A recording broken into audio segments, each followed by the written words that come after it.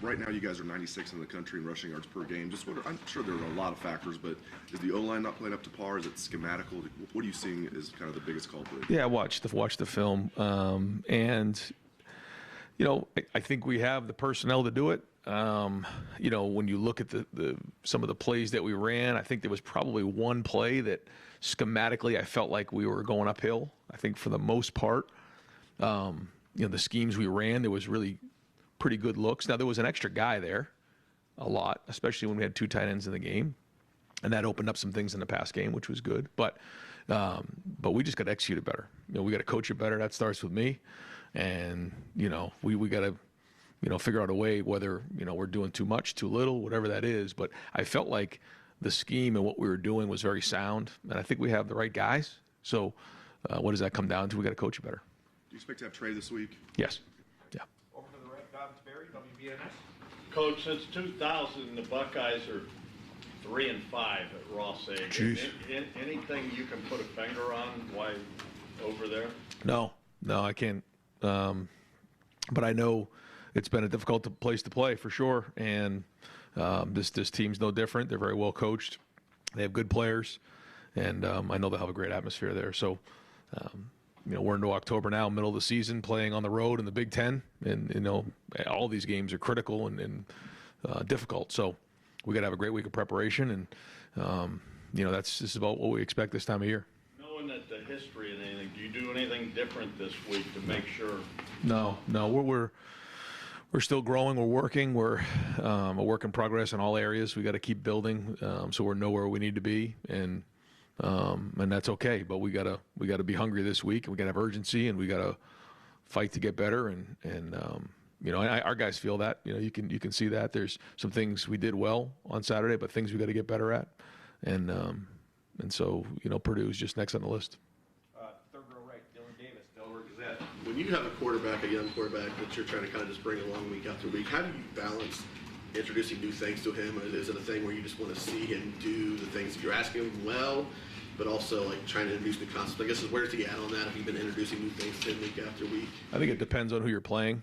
It depends if there are things that you've done in the past that fit, then certainly you want to do that. If there's things schematically that, based on the team you're playing, you may need to adjust a little bit and put on the field. I think that's kind of the art of trying to figure out how to put your team in best position to be successful. But now that we're 5 games in, there's at least a body of work, and there's the plays we practice, the plays we've run in games, and then every week you'll have some new wrinkles. Are you reaching a point where maybe you need to ask more of him, just maybe to help alleviate some of those concerns in the run game and maybe loosen up the box a little bit? Yeah, possibly. Yeah, I mean, we're looking at everything right now for sure, and the quarterback and everybody's got to do their part. Everybody, and the quarterback's one of them. Third row left, Andy Anders, 11 Warriors. So a lot of 2 tight end personnel. It seemed like even more than you guys have used all season. Was that matchup based, or was that maybe an increased confidence in G in his blocking ability? A little bit of both. Yeah, I thought, he's practiced well when he deserves to get on the field, and it certainly did allow us an opportunity to be explosive in the pass game. You can see that, there was some really big plays out there, and that was good. So, when you have 3 surfaces on both sides or a 4-man surface, there's just different wrinkles for the defense to have to deal with. And, the goal is to score as many points as possible and move the ball. But, there's certain areas obviously we need to get better at, but we'll keep looking at different personnel groupings to put as much stress as we can on the defense. Far left, Joe Nugent, WCMH. With the slow starts, is part of the challenge identifying why it is happening? And you can obviously tack from there. I think in particular on Saturday, we missed a couple of things early on, and then we had the botched snap. So I think it just kind of culminated there. I don't think the defense was slow. I think that the first throw and catch was unbelievable. Davison was right there. Quarterback threw it on time, and it was well executed and put the defense in a tough spot. So I think the defense was ready to roll. And we found our rhythm a little bit later on in the game for the offense. But I think just the combination of that with the botched snap certainly didn't start the way we wanted to. So we got to figure out a way to do a little better of that on offense so we can get a rhythm going for the whole team. But that comes with preparation and putting it on the field, and we'll try to do it as coaches, try to get the guys in the right plays early on to help with that, but they also have to take some ownership of it. Team center field, Jeremy Birmingham, the podcast.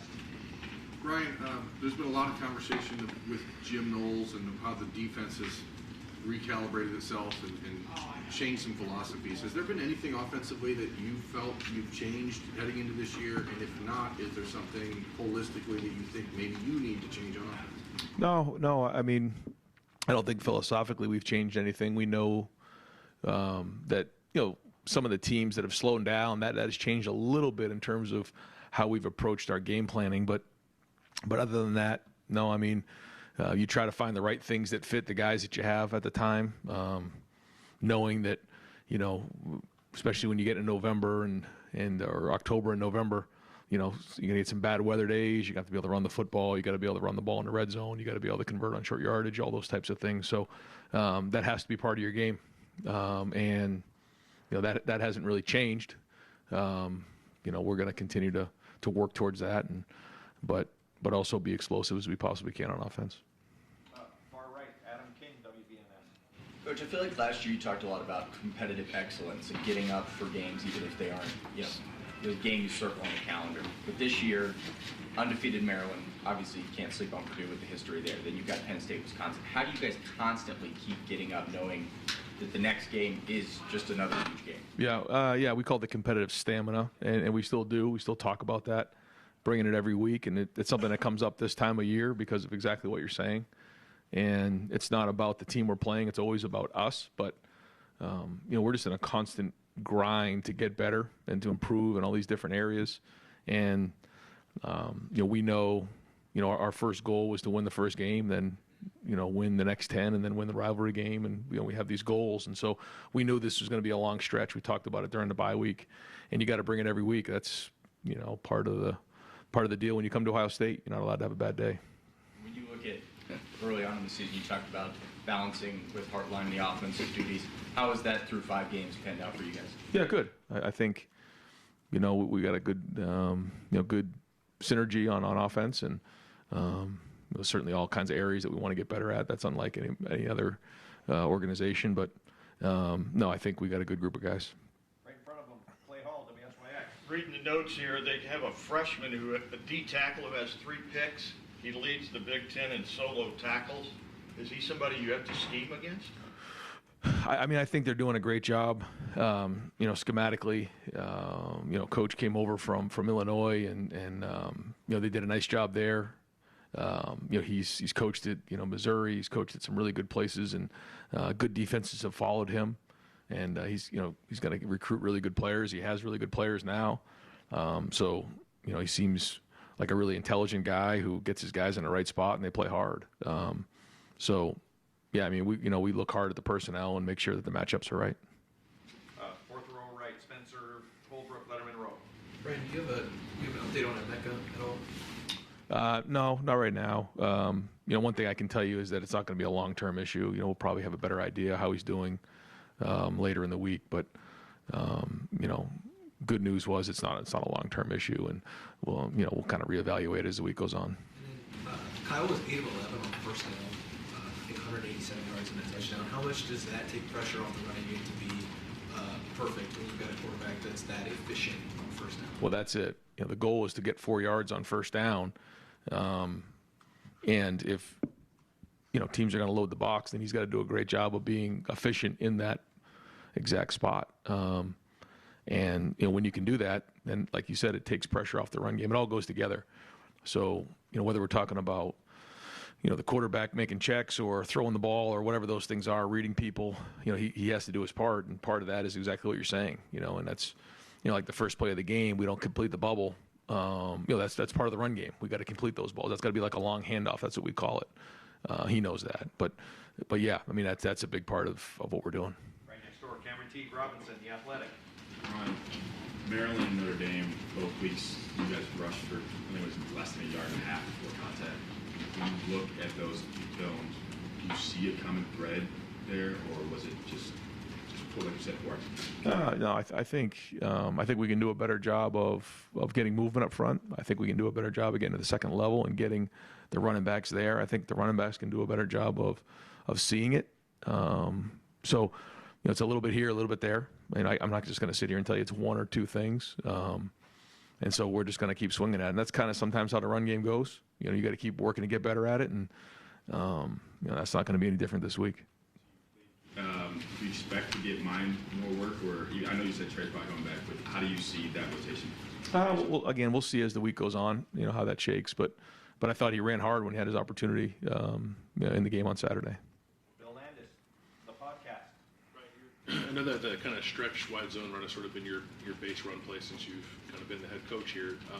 Especially last week, it just didn't seem like it was getting blocked very well. And I'm just wondering, what is the conversation with the staff of, like, in terms of what you want to do, like to do, and what your line can do? And I don't know, there's need to be a shift there if that play's not hitting the way you need it to. No, it's a great question. It's a constant conversation.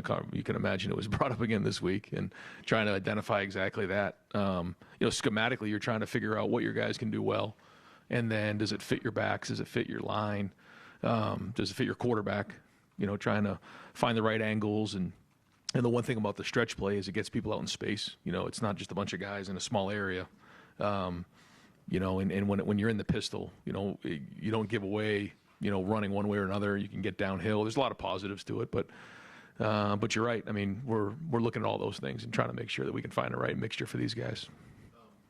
Last year, it seemed like Dallin was able to give you guys a real spark when you needed it from the running back position. And he's just not played a whole lot. I know it's hard to get everyone a touch, especially when your room's fully healthy. But like last week when you don't have Trey, did you give any consideration to playing Dallin more? And I guess why has he not been so much part of the offense? Yeah, we talked about it in the preseason, going into the season, and what we didn't want to do is put down in a situation where with three running backs, we were going to use up a year of eligibility for him. Now he's ready to go, he's practicing, and if appropriate, we'll put him in the game. But we also don't want to have him play in 5 or 6 games without getting a bunch of work in. We just don't think that's the right thing to do for Dallin. But Dallin's ready to go. Dallin was great about it. And, if it's appropriate, he will go in because he still has 4 games to play. And then we wouldn't, burn a whole year of eligibility with Dallin as we look into the future, because we do think he's great. We think he's a really good player. We have 3 guys already there. So that's kind of the conversation that we had. And he was great. He's working hard. And we'll definitely consider that as we move forward. Tony Gerben, Buckeye Huddle. Ryan, recruiting, while you've got all of this stuff going on in your mid-season and everything, are you still able to separate yourself when you get a commitment from a kid who has wanted to be a Buckeye his entire life? When you get that call, what's that like for you? No, it's exciting. It's great. Like you said, it's our focus right now is so much about the season, and you have to compartmentalize yourself a little bit, which is hard for me to do during the season, especially on game day when recruits are here. But they're coming to visit for a different reason. They're coming to see the game, and they know that. But yeah, great. When you kind of get that kind of information, and that's part of what we're trying to do. We're trying to show how we develop players, show progress on offense, defense, special team, so that we can recruit better and better players. What's it like just being able to provide that kind of opportunity? Yeah, I usually don't think about it this time of year, but I mean that's really what we're doing. Is we're making an impact on young people. We're giving young people an opportunity. And when people come in, they have an idea of how it's going to go, and it doesn't always exactly go that way. But, just think about some of the things that have happened even just in the last, few years with some of our guys, and the opportunity to be a Buckeye and have an impact on other people in the community has been tremendous, whether it's, on the field, off the field. That's what this is all about, and so yeah, sometimes you have to stop, take a deep breath, and realize that, and that's when you bring somebody into the fold like that, you're starting somebody's new story at Ohio State, and one thing I tell the recruits all the time: there's nothing that can't be done here. I mean, it's the sky's the limit at Ohio State. Right next door, Pat Murphy, 24/7 Sports. Ryan, after the game, you talked about the poise of your team and how you like that. Does that come top down with captains, leaders, and kind of the way that those guys handle themselves? Yeah. Yep. we do have good leadership. We have several guys in the team that have embraced that role, and when challenged, they've responded well to that. Whether it's guys who like to speak up or guys that maybe haven't spoken up in the past, they bring a calming presence to the team, which is important, especially when guys have been in these types of situations before. It's not all new, and again, I think that's going to pay off here, the next couple months. Did you notice that Notre Dame, was it before the season? I mean, when does that kind of come into your mind? Is, okay, this is something this team can lean on a little bit? I think you just see the personalities of the guys on the team, and you see that they've played in games before, and there's a level of maturity that they handle themselves with and communicate with that leads you to believe they're going to be able to handle different scenarios and game situations. Dan Hope, 11 Warriors. Ryan, Cade is playing a bigger role than we've seen from a tight end here in a long time in the passing game. Just what do you think he's done that's enabled him to be such a big part of the passing game this year? Well, the first is he takes a lot of snaps. He does a lot of the dirty work. He blocks, and because of that, he creates pass and run conflicts. And that isn't always the case when you're with three receivers in the game. When you start to get into two tight ends, we don't really run as many three tight ends. But in those type of personnel groupings, you can create a lot of pass and run conflicts on linebackers, on safeties. And I think that's what you're seeing with Cade. Now, he's also run some really nice routes out in the open, just drop back pass. But I think you're seeing some of the play action open up because of, some of his dirty work. You mentioned his route running. How much growth have you seen from him in that area compared to where he was a year or two ago? Yeah, I think he's playing faster. I said this before, when you're a tight end, you have to block like an old lineman, run like a receiver, and protect like a running back. And it isn't, at first, you have to find someone that can do it. Second, you have to find someone that can handle it mentally. And third, you have to find someone that can sustain it. I got to go block a defensive end. I got to block a defensive end, and then I got to get open against a defensive back down the field. And then I got to do it all over again for 60, 70 plays. And so that takes, some real stamina that he's built up over time. Stephen Means, Cleveland.com. The goal is get 4 yards on first down. It seems like it's a pretty standard thing in football. But when that doesn't happen for you guys, I don't know the numbers right now, but when that doesn't happen, how is that setting you back as a play caller, and what's open for you going forward, just in a drive in general? Yeah. I mean, it's huge. We got to get at least 4 yards. If you get more than that, then certainly things open up more, and you're setting things up better. So it's a huge part of the offense and how we call it and how we do it. Second and 10, kill a drive before it even gets started. Well, it sets you back because now you're playing left-handed for sure. The one thing that, like you said, negative plays or 0-yarded plays is really, when you look at drive killers, those are big. So whether it's a penalty, a sack, TFL, or incomplete pass, that can really set you back. So we try to do everything we can. When we shoot the ball down the field, certainly the percentages go down in terms of your completion. If you're 50-50 on those type of plays, it's probably a pretty good day.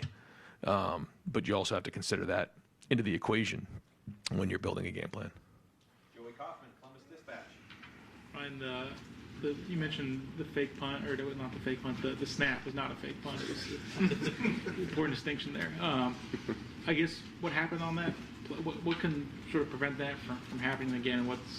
How did you address that? No, I just asked what happened, and then the ball slipped. So, I was as surprised as anybody. So that can't happen again. The punt unit had another play. It was an illegal procedure or legal formation. What's your feeling with the way things are going with that unit? Well, I mean, the muff snap certainly didn't help anything. So, I mean, that's the life of a long snapper, a punter, and a field goal kicker. We call it one shot, one kill, like a sniper. I mean, you don't have an opportunity to be wrong. And so, I think those guys understand that, and they'll work hard to get that fixed.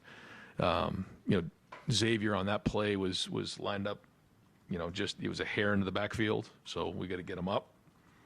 It was close, but he's got to get up on the line of scrimmage. So, just detail on that one for Xavier, somebody who's usually very accountable. And so But across the board, yeah, I mean, we need special teams to be an advantage for us. And so again, we'll work hard this week to, maximize that area because it's a third of the game. Doug Lamorice, Kings of Columbus, in the podcast. Ryan, I feel like we asked similar questions last year about this. You guys just statistically are more successful passing the ball than running the ball right now. So why not just pass more? Right. And how does, you mentioned, November Big Ten games, how does being in Ohio instead of being in Florida or Texas or California influence your thought process there? Well, I think it all goes together. I think at the end of the day, you have to move the ball. That's the bottom line. But like you said, there's going to be games here coming up that it's going to be raining, it's going to be windy, and you're not going to have an opportunity to just line up in 4 and 5 wides and throw it all over the yard. So, the other thing is, this year when you're playing, you have a good defense and a young quarterback, you're maybe less likely to take as many chances early on. But then there comes a time where you can't beat your head against the wall either. So finding that rhythm is what's important because the number one goal is to win games, and but we got to keep building. We got to keep getting better. And we got to keep pushing the envelope in all areas because we want to have that balance, and we know that we're going to need both sides of the offense, both running and passing. And you guys do have a full-time special teams coach here. It feels like special teams has come up going back to last year at the end of the year, maybe more often than would be expected. You talked about a level of detail. Should your level of detail on special teams be better when you have a full-time coach devoted to that? Yeah, I mean, I think we want all of our detail to be better just across the board. But I can tell you that we work really hard on special teams. I think that the coaching detail is there. I think we just need to hold each other accountable. And, again, it starts with me. So I got to help coach it better and hold the coaches accountable and the players accountable to play at a high level. And, because we want it to be a weapon for us. We want it to be an area that we're winning on. And, there's been some good things. And, just like offense and defense, there's areas we got to get better at. Fourth row right, Andy Backstrom, Letterman Row. Ryan, you called them 4-point plays in the red zone, turning field goals into touchdowns. That's been a struggle for you guys this season. What can you attribute to some of those red zones?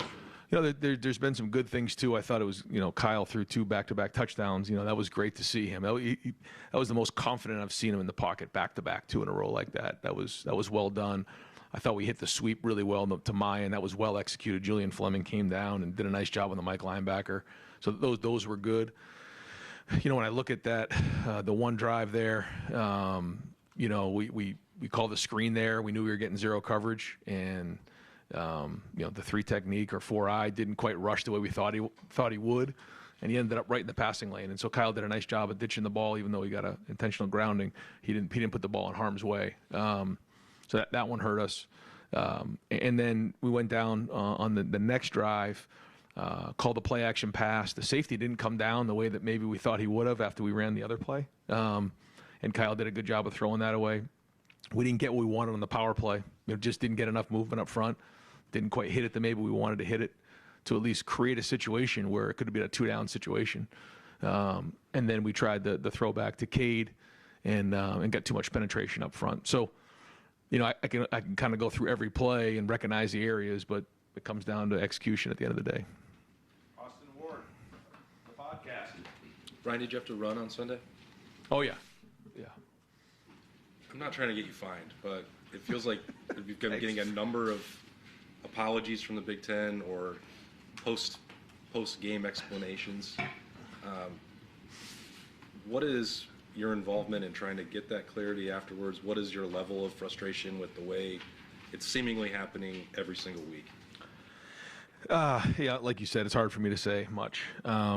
But I can just tell you this, that, it's my job to advocate for the players and compete. I mean, there's so much on the line every single Saturday. And so you got my word. I'm going to, go as hard as I possibly can to defend our players, to make sure that,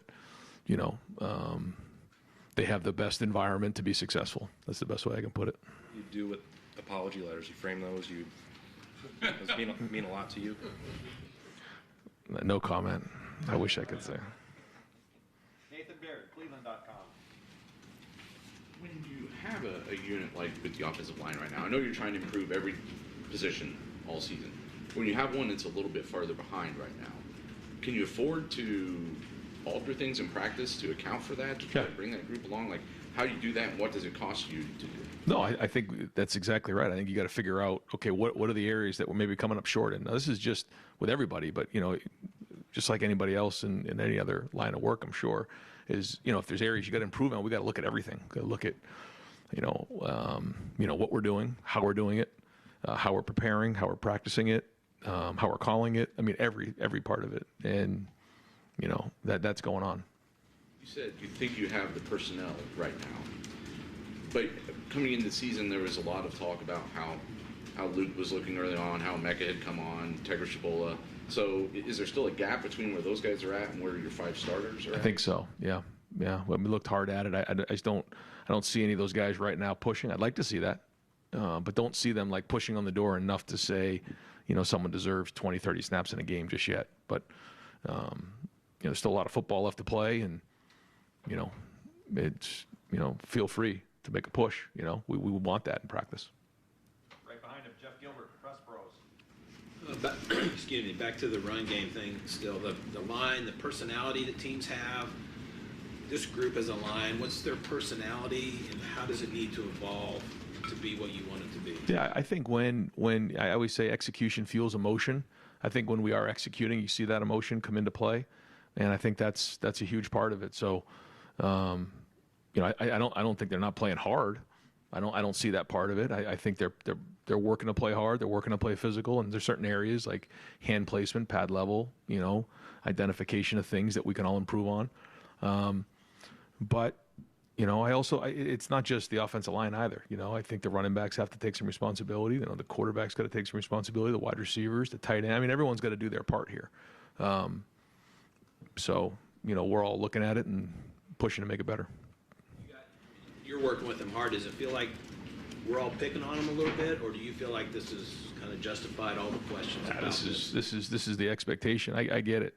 Nobody wants to run the ball more than me. So, the bottom line is if they're going to put that many guys down in the box, there's probably going to be open receivers down the field with the guys that we have. I get that part of it, but that doesn't mean that we're just going to abandon the run game. I've been down that road before, and throwing for 450 yards in a game is great, but it's going to catch up with you later in the season if you can't figure out how to run the ball. And I've learned my lesson on that, and so we're just going to keep pushing as hard as we can to make sure that we have the balance we need to win the games we need. I think that's the best you can do as a coach, but we're also got to win the games and whatever that takes. But we know what we need to do. We know what it looks like. We got good coaches. We got good players. So we'll keep swinging on it. Far left, Justin Bulbrock, WCMH. Going back to opportunity, just for you personally, what is it like to see guys that you said everybody's path looks different and it takes guys longer, they don't expect maybe where they're going to end up, or for a guy like Josh to have a game like he did, or Chip 2 games ago? Just for you, what's it like to see them stick with it and have that come to fruition? Well, we're only 5 games in, but yeah, you're right. I mean, that's a guy who's been through a lot. You think of Lathan and Josh both, broken legs and injuries and different things they've been through. But that's what makes life great. I mean, we all go through adversity in our life, and if you haven't, it's coming around the corner. And so that's what, shapes your character and who you are. And that's the rewarding part of coaching, is to help young men work through that adversity, whether it's losing somebody in their life, injuries, struggling to get on the field, bad games, whatever those, they're struggling in academically, socially, mentally, physically, whatever the things are. And we've had all the above here. That's, as a position coach, I don't get that as much anymore, but as a head coach overseeing it all, that's why you coach. You didn't get into coach to do anything other than have an impact on people. And that is the rewarding part of it. Now, you have to win every game. If you don't win every game at Ohio State, they're going to find another coach. So that's part of the job, but that's not the reason why you coach. The reason you coach is to have an impact on people. And, our coaching staff believes in that. Did you start to see that level of consistency that he can be trusted to do that and perform every single game? Well, I think it's been a long road for Josh.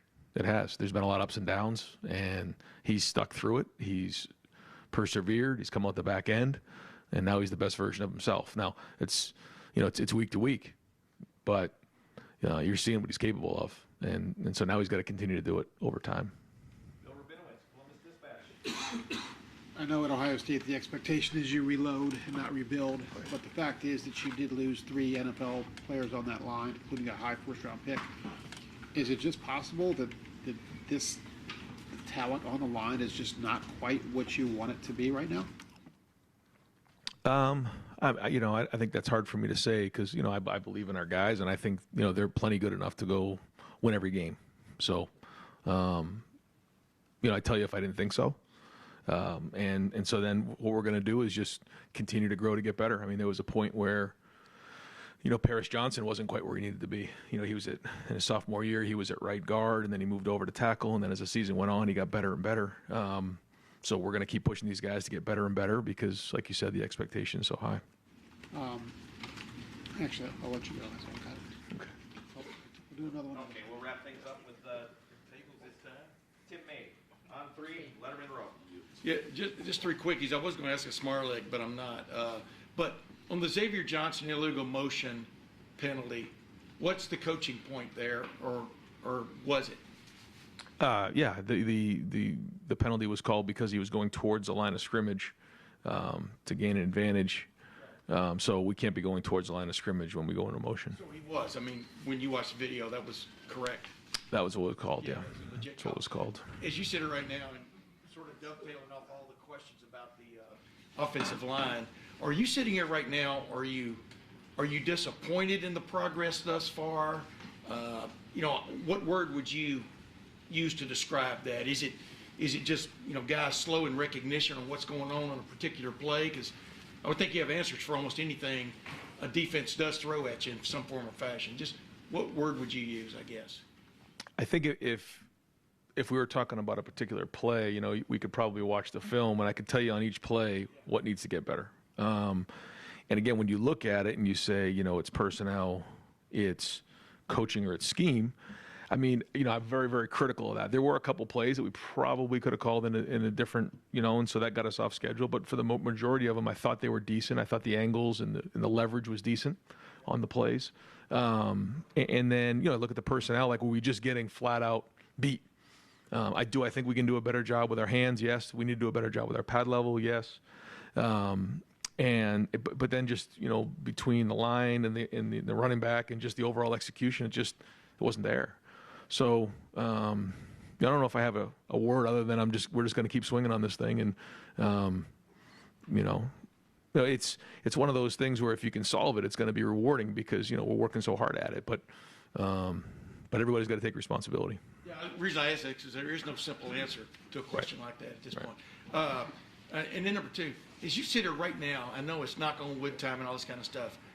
How would you describe your please? Are you pleased? What word would you use to describe where your defense is right now compared to the way it left last year? I mean, is it remarkably improved? How would you describe it? Because you watched the video. Yeah, I think it's hard to tell right now where we're at, but you're seeing some good play. You're seeing more experienced play. You're seeing guys who, are able to, take meetings to the field. They're able to get in and out of defenses pretty quickly. They're able to react faster. And probably the word that I like to use better is anticipation. They're able to anticipate things as opposed to reacting. We all know what that looks like. It's kind of hard to quite verbalize other than that. But, you know when you see it. They're playing faster. They're seeing it. They're communicating well. But the challenge is going to be, can you bring it every week? Ultimately, you won't know the answer to that until the end of the season. So we got to do that again here at noon on Saturday. Toward that end, what does Purdue offer, or what does Purdue offer from a challenge standpoint for this defense from what you've seen? Yeah, the quarterback's good. He's got a strong arm. He can run around, make plays. They've been very explosive at times on offense, and so they'll challenge us in certain areas. So and they'll have a really good plan, and it's a road game in October in the Big Ten. You know how that goes. So. Thank you, man. Ryan, I apologize. You said something I'm just so curious to follow up on. You said you learned your lesson on needing to run the ball. Was it 73 passes for 470 yards against Purdue and 25 runs for 76 yards? And scoring 20 points in a loss? Is that the game? I wouldn't say it was one game, but I think there's just been times over the years where you just realize that this is going to be important if we're going to reach our goals. And, I can't just point to one game, although, that game in particular, we didn't run the ball very well. How many yards did we throw for in that game? 470, Right. 49 to 73 for 470. Right. So the stats look good, but you lose the game. So, that's why we're always working to strike a balance. And, at the end of the year, you come up for air and you try to identify the areas you got to get better at. And there's been certain games that I've looked at and said, okay, we got to do a better job in those areas. Yeah. Coach, thank you very